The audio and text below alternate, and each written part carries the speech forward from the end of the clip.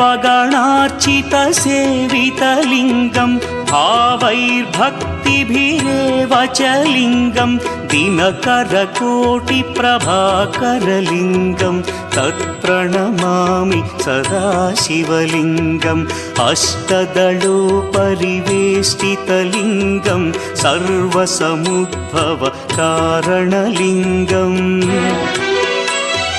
अष्टदरिद्र्यविनाशनलिङ्गं तत्प्रणमामि सदा शिवलिङ्गम्